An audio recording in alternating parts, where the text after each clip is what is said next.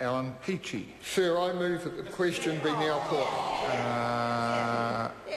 Rahui Katini. Thank you, Mr Chair, for this opportunity to speak on this Education and Freedom of Association Amendment Bill. The Māori Party has been greatly concerned about the intention of this bill, basically ensuring that no tertiary student is required to join a students' association. But what we believe is the underlying purpose of this bill is to erode student associations.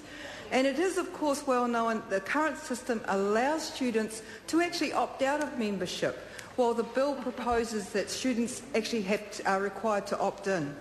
The context of this bill is that student associations and their representatives, including Māori Student Rōpū and their representatives, have often been strong advocates within tertiary institutions and the wider sector for high-quality academic standards, adequate government investment and for course fees to maintenance or reductions. Student associations in Rōpū have challenged user pays education since its introduction in 1990 and instead argue that education is a public good and should be funded as such. But in a healthy democracy, surely we are not about to suggest that having the opportunity to challenge is something we should be afraid of. The thing is, the current legislative framework is both flexible and inclusive. It allows for both voluntary and universal membership of students' associations. This framework also allows students themselves to be the decision makers on whether their association is voluntary or compulsory through transparent democratic referenda.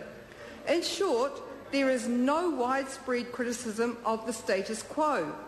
In light of all of these criticisms, we've drafted up a number of amendments to reinstate the rights relating to effective and meaningful representation to ensure that student voices are heard.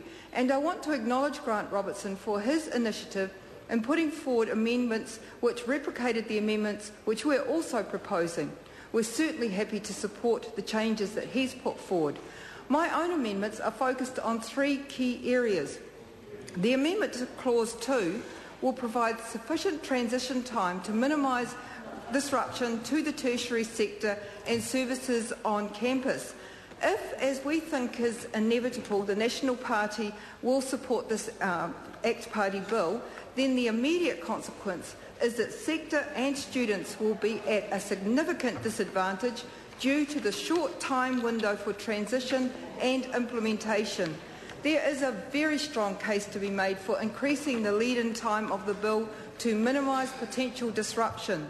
The amendment does not change the intent of the bill. The second amendment establishes a new section 229CB. Information must be provided by the institution to both prospective and enrolled students about any student association at that institution for the purposes of informing that student of the services provided and how to be a member. And finally, we seek to create a new section 229CC. The bill, as currently drafted, places most of the control of student representation and advocacy in the hands of the tertiary education organisation.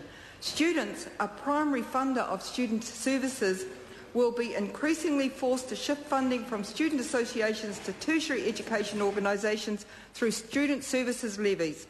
Students should have the right to effective and meaningful representation to ensure their voices are heard.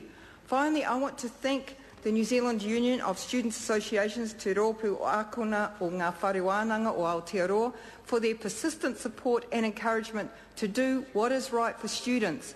We share with them concerns about the negative impact this bill will have on students, tertiary institutions and the wider sector as services and facilities come under threat and important advocacy and representation on student issues is put at risk.